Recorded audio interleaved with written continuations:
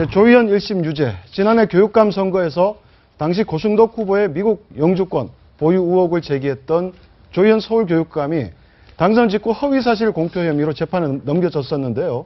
어제 열린 1심 재판에서 결국 유죄, 벌금 500만 원을 선고받았습니다. 이번 판결로 어떻습니까? 조희연 교육감의 그동안의 교육정책 좀 영향을 받을 것 같습니까? 어떻습니까? 어제 저 판결 나오고 가장 많이 술렁거렸던 데가 실은 서울 대치동 학원가였었습니다. 이제 실은 100만 원 이상이면은 이제 당선 무효가 되거든요. 근데 이제 500만 원에 이제 어제 나왔었습니다. 물론 1심이긴 하고 대법원까지 가야 되겠지만은 어제 굉장히 흔들렸는데 그 핵심이 조희연 교육감이 그동안 추진됐던 뭐 대단한 개혁들이 있었습니다. 이제 혁신학교라고 그래서 자사고 폐지하고 이제 일반 고등학교 전성시대, 그래서 아예 일반고 전성시대 프로젝트 뭐 이런 것도 있었고요. 교원 청렴운동 뭐 이런 건 부수적인 거지만 어쨌든 우리 대한민국의 학원가의 틀을 일반고 쪽으로 바꾸는 이제 대대적인 큰 또 그런 작업들을 해왔는데 이 수장이 지금 또 이 뭐 어쨌든 자칫하면 자리에서 물러날 위기까지 왔으니까 1심만으로 보면은요. 그럼 다시 새로운 교육감이 오면은 또다시 혁신고 생기는 게 아닌가, 그러니까 또다시 자산고, 또다시 특목고, 외고들의 붐이 또 오는 게 아닌가. 네. 그러니까 이쪽으로 또 일반 고등학교 쪽으로 가려는 이 교육이 또다시 확 바뀌게 되는 이런 상황이어서 어제 출렁출렁 됐던 게 사실이었습니다. 네, 문제의 발언 지난해 서울교육감 선거 당시 나왔습니다. 발언 한번 들어보시죠.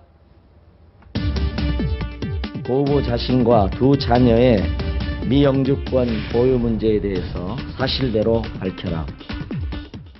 근데 국민참여재판에서 배심원 7명의 전원 전원 유죄 유죄. 판결을 내렸는데요. 예. 그 이유가 뭡니까? 그러니까 허위 사실을 알고도 허위 사실인 것을 충분히 인식할 수 있었음에도 제대로 확인 절차 없이 했다는 것이죠. 왜냐하면 이게 조희연 교육감이 사실 예를 들어서 어떤 신문에 난 거를 보고 얘기했으면 아무 문제가 없습니다. 네. 근데 그 기자의 개인 트위터인가요? 거기 있는 거를 보고 이제 얘기를 한 거거든요. 더군다나 이 얘기가 나오자마자 고승덕 후보가 절대 아니다. 나 영주권 신청한 적도 없고 영주권 없다라고 밝혔습니다. 그럼에도 불구하고 계속적으로 지속적으로 제기를 했다. 이게 사실 허위 사실인 걸 충분히 인식할 수 있지 않았냐. 이런 이제 배심원들의 판단인데 이게 조희연 교육감이 할 말이 없게 된 게 이걸 만약에 법원에서 판결로 이렇게 했으면 야, 이거 법원이 진보교육감 찍어내려는 거 아니냐? 라는 이런 어떤 정치적 논평을 낼 수도 있을 거예요. 네. 근데 본인이 요구해가지고 이제 배심 재판을 했거든요.